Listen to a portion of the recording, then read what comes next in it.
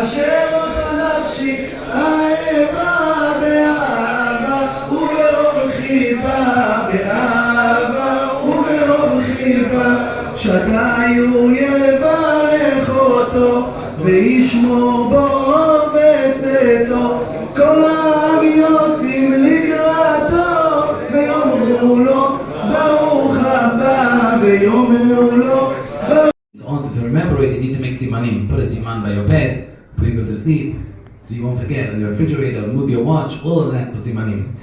Then the Rav brought the concept of when a person eats bread. When we eat bread, if you eat less than the kazayit, you do not have to wash your hands. You can just take bread, eat less than the kazayit. He said, Mishnah Berurah hold differently. Chachmei Ashkenazim hold differently, but we only follow Maran. Maran Shulchan Aruch holds if you eat less than the kazayit bread, you do not have to wash your hands. He said of a story that Maran Ha'aba Zecher Tzadik V'Kodesh V'Char was in Tel Aviv, and somebody got married, becoming closer to Hashem, and he did the wedding, and he was learning Torah, and then the next day he came a few days after Sheva Brachot. He said to the Rav, I don't know, my son-in-law.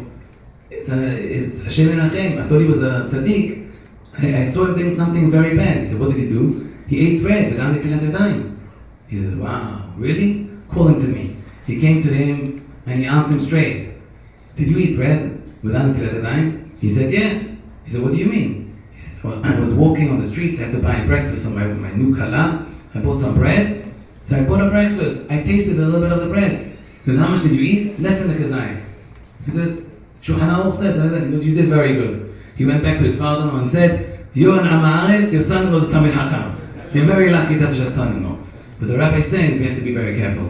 For sure, Rabbanim should not eat such bread less than the kazayit in front of people and not wash their hands and so on, because the people won't know. They think they ate more than the kazayit.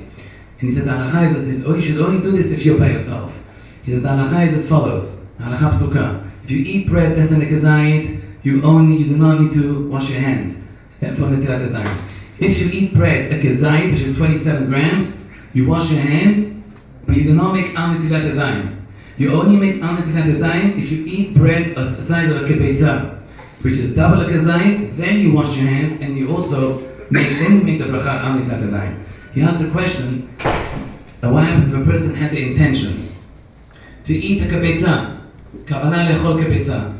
Then he came home Shabbat, he ate a little bit of bread, then he got hamid, then he got food, he got choresh, he can't move. His wife said, you only ate a little bit of bread, you didn't eat the kibetza. So bracha levatala. You made al netilat yadayim, it's a bracha levatala. So is it a bracha levatala or not? He said, the Ritva says it's not a bracha levatala. Why? Because since he had the intention, everything goes with the intention. Since the intention when he washed was to eat bread of a kibetza, so the al netilat yadayim is fine. Everything goes with the intention, even though he ate less than the kibetza. He said, if that's the case, go back to our question, why do you need to make simanim of Sfirat HaOmer? You have the intention in the beginning of the Sfirat to count every single night. So if you have every single night the intention, and you forgot 1 or 2 or 3 days, it's okay. It goes with the intention. And he said that there was a story that Rav Steinbuch in Yerushalayim is a posek of the Ashkenazim. He said that we have the minhag Sfaradim, that we count Sfirat HaOmer every day without a bracha in the Bet Knesset, in case people forget. He said what the Sfaradim do is a bracha levatala, it's bal tosif. So isur deoraita bal tosif. So the Rav heard that. So somebody went and told this to the Rav. So he went back to Rav Steinbuch and he said, tell him the Marshal, who was Chachmei Ashkenaz, says that's what we do. So Rav Steinbuch said, yeah, because the Marshal holds that you make the bracha also by yom and not at night. So for him it's not bal tosif.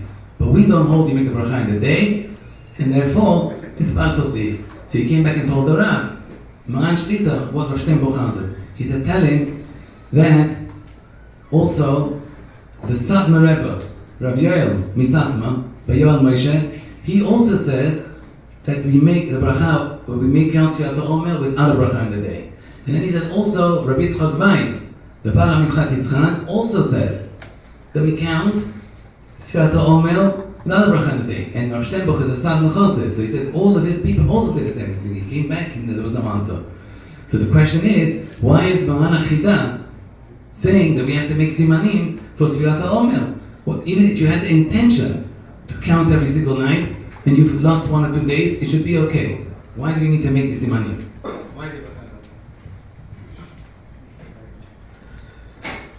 פה בארץ, אצלכם אני לא מכיר, אבל אצלנו בארץ, אדם שנוסע בכביש בין עירוני, כמו למשל ירושלים ונתניה, נוסע כביש בין עירוני, לא בתוך העיר, ירושלים טבריה, ירושלים חיפה, זה מינימום שעה ורבע נסיעה, נוסע לבני ברק ל50 וכמה דקות בבוקר, חוזר בערב עוד 50 וכמה דקות, בצירוף הלוך חזור ולשיעור של פרסה, שעה ורבע, מברך תפילת הדרך.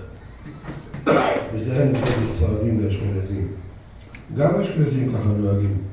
הגאון החזון איש היה נוסע, כתוב, היה נוסע לבני ברק לתל אביב, והיה מברך תפילת הדרך שיעור מלכות. אני ראיתי שכתוב בזה, חשבתי, זה טעות דפוס, היה נוסע לתל אביב. מה עשה בתל אביב? אתה נוסע לתל אביב? שנבט פיצול. מה אתה אומר? טעות יש פה. אחר כך קראתי באיזה מקום שהייתה תקופה, לפני כמעט 80 שנה, שאימא של החזון איש הייתה גרה בתל אביב. אז לכן הוא נסע לבני ברק בתל אביב. והיה מברך תפילת הדרך. ניגשו עליו, הרי אין כאן מהלך פרסה. הלכתי פעם לבני ברק לתל אביב, חצי שעה מקסימום, 40 דקות. פקקים, אם יש פקק זה לא מצטרף, זה שיהיה נסיעה רגילה. אז איך הוא ברך עד הדרך? שאלו אותו את זה, אמר החזון איש, היה מצוי הרבה אז תאונות דרכים. הכביש הזה, בני ברק תל אביב, רמת גן, שם היה אז, לפני 80 שנה, כולם מדביקים בנהיגה ובתאונות דרכים. לכן הוא נפרד את הדרך. אתם רואים שגם באשכנזים, יש להם כמו מנהג שלנו, ההבדל, אנחנו מברכים תפילת הגומל. אתה נוסע מעיר לעיר, מברך תפילת הגומל. ומכוון להוציא את כל השבים ידי חובה.